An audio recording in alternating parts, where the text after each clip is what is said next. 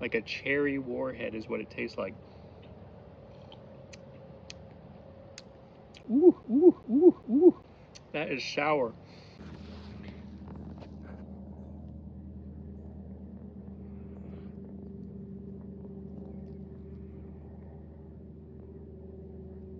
What's happening, everybody? Got another roadside treat here for you. This is sumac, specifically winged sumac. This is a type of edible sumac, so you can use these berries for lemonade. They're covered in malic acid, which gives it that sour flavor like lemonade. Scientific name for this winged sumac is Rhus copallinum. And as you can see by the leaves here, they are compound leaves with little leaflets. This one has smooth edging around the leaves. Some of the staghorn has teeth. The berries are fuzzy and red when ripe. And the stem, if you run your finger along the stem is kind of velvety to the touch. That's how you know you got a good sumac. You don't want to mix this up with poison sumac, which has different types of berries. They're not red, they're more whitish or like a light greenish, and they don't come out of the top like this in drupes. They come from, you know, where the leaflets, the compound leaves come out of. And also you don't want to touch poison sumac.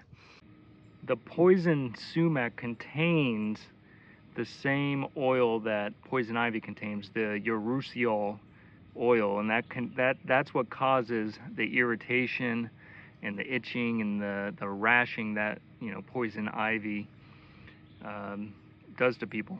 This is not poisonous. This is winged sumac. Staghorn Sumac's another one, but that's more up north. Down here in Florida, this winged version is the common sumac around here. The time of year to harvest this, up north it's going to be the end of summer. Down here in Florida it is middle of October right now, and there's plenty of sumac going around.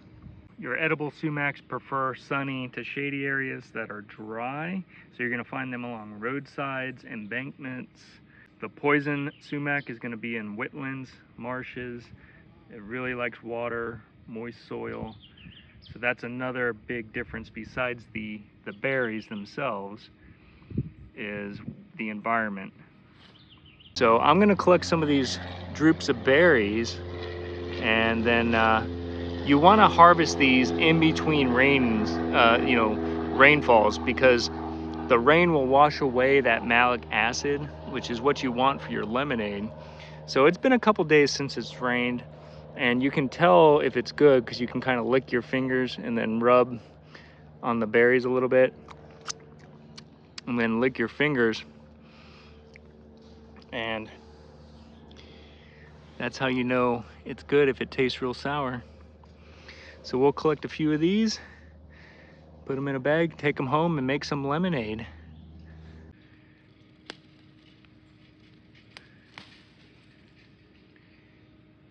Make some lemonade.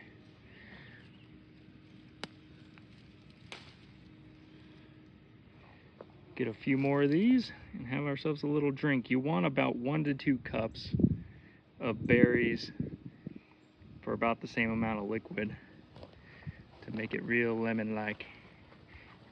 And you do have to filter it, because all these little hairs on these berries will irritate your throat if you don't filter it. So I'll show you how to do that as well. Here's another large tree. So you got some there. I might be able to reach that one. There's a whole bunch up here, but it's over this ditch right here. I don't know if I can get to them without breaking the whole branch off, so we'll see. I'll collect as much as I can. That's the other thing, the edible sumacs like the drier environments compared to the poisonous sumac, which likes wet areas, more swampy like areas. All right, everybody, we're back at the house. I got all my sumac piled up here. Got some nice bunches. But first, I just want to show you a similar look-alike to sumac. This is Brazilian pepper tree, and the berries aren't ripe yet on this. They're still green, but they will turn red, similar in color to this, but a more bright red. But you know, it's not too hard or too easy to mix sumac with Brazilian pepper tree, but since Brazilian pepper tree is invasive and all over Florida now, I figured I'd talk about it since I do have some in my yard. So you can see it grows and looks similar to sumac. So you got your bunches of berries coming out. The leaves are compound and similar to sumac, but some key differences. The leaves are more rounded, and sumac is more pointed and longer leaves. The veining on the Brazilian pepper tree is more defined, and then the berries are not as densely packed as the sumac is. So the sumac is very densely packed, whereas this is more loose. And the berries are also not fuzzy. They don't have any of the hairs on them. The stems are also not fuzzy or velvety. And this plant, the Brazilian pepper tree, does kind of cause like a dermatitis effect on some people. It doesn't seem to affect me very much, but it is from that cashew family, and it can irritate your skin for certain people. So just use caution, guys. Anyway, let's start talking about the sumac. So I got my bunches of sumac. So the next step is to get it into a pitcher and get some water on it. I'm not going to wash my sumac because that will wash all of that malic acid off, which is what you want for the flavoring for your lemonade. So I'm just going to kind of break it apart a little bit, and you can either break it apart by hand or use a scissors. I'm going to use a scissors. And there's two methods. Well, there's a couple methods for this. I'm going to use one which is supposed to be a time saver, and that's to use tap warm water, not boiling water, not super hot water, just hot water, as hot as it will come out of your faucet, you know, your water tap in your house. That helps speed up the acid dissolving into the water. The other method is a slower one, and that's just to soak everything overnight, 12 hours in cold water, and takes a little bit longer. So I'm going to use the warm water technique. You can also make tea with the berries, but I heard the boiling water releases a lot of tannins that are in the berries and the seeds and the stem, and makes the drink very astringent and unpleasant. So we're going to stick with the lemonade. Let me get this all chopped up, and then I'll add the water. All right, we got all the berries kind of divided up a little bit.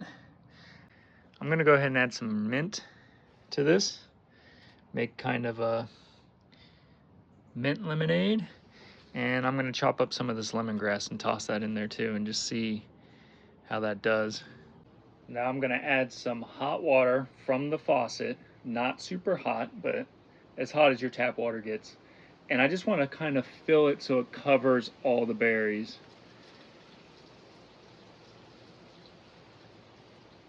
There's probably 3 cups of berries in here, so probably about the same amount of liquid. I'm going to get another cup.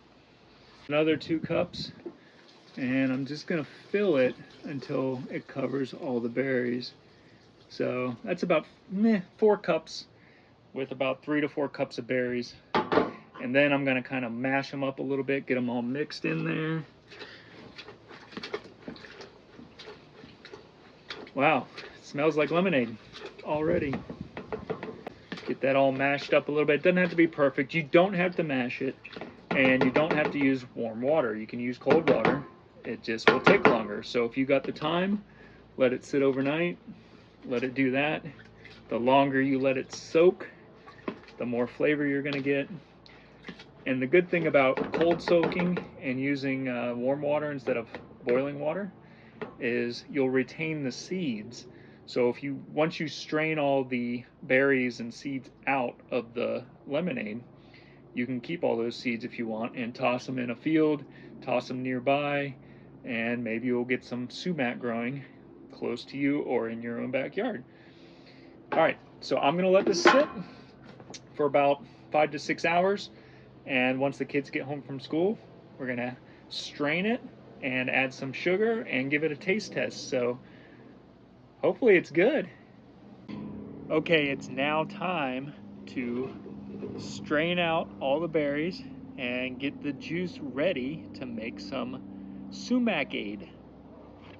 So this has been soaking for a couple hours. I left it out in the sun. You can see the color turned a nice pinkish red. So you have to strain these multiple times to get all the little hairs that cover the berries. They'll irritate your throat if you don't strain them. So I'm going to start with a colander, do 1 strain with that, and then I'm going to do a coffee filter next. So this is just to get the big matter, all the berries, twigs, all that out of there. Go throw this in my compost. Uh-oh. Made a big mess, is what I made. That's okay. Alright, I'll go throw that in the compost. I'll be right back. Okay, since I wasn't careful, I'm gonna strain it again.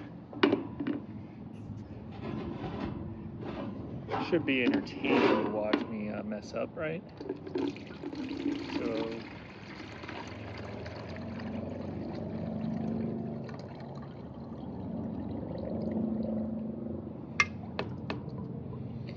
alright, that's got most of, throw this over here, maybe we'll get some sumac growing that way. Okay, and now what I'm gonna do is strain it again back in here, because I want this other pitcher, I'm gonna rinse it out and get all the hairs out of that. Alright, so I'm gonna rinse this out, make sure it's clean. Then I'm gonna put a coffee filter in here and do 1 more strain. Let's see if I can do this without making a mess again.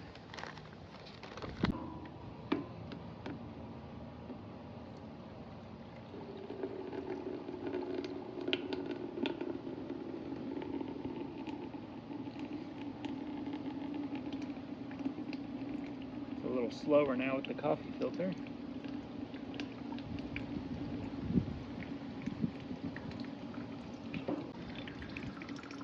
So this is very slow going, but a very important step because you do not want the little hairs in your drink. So I'll get this all transferred and ready to go.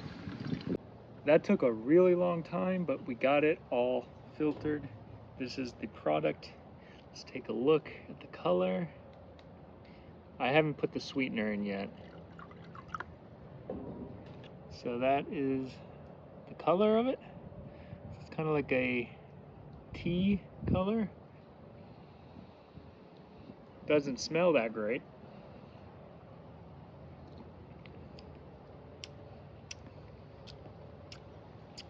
Yep, the initial taste is very sour. It almost tastes like a Warhead. Those really sour candies, Warheads. Like a cherry Warhead is what it tastes like.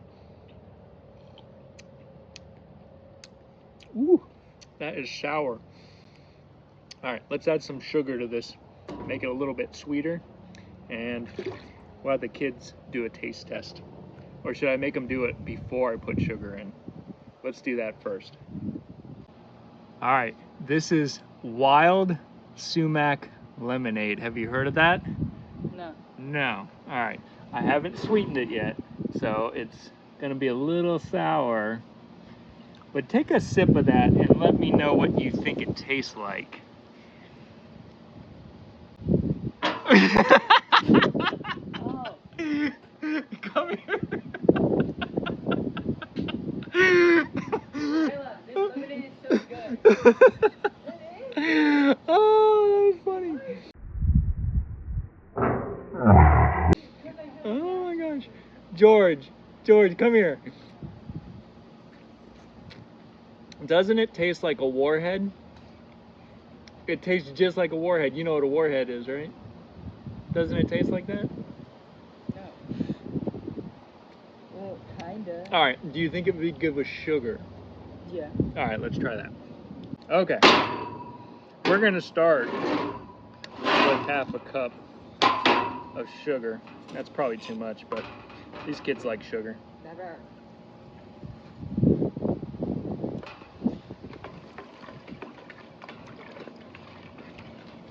I didn't really taste the mint or the lemongrass. It really wasn't coming through.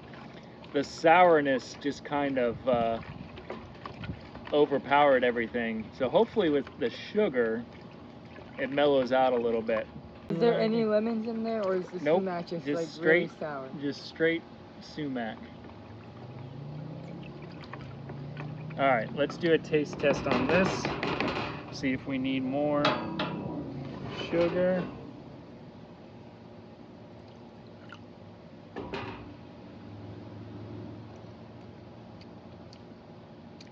That is pretty dang good. What are you talking about? That's all right. I mean, like. That's all right. Come here. It's not as bad. Man, I like that, but I like Warheads.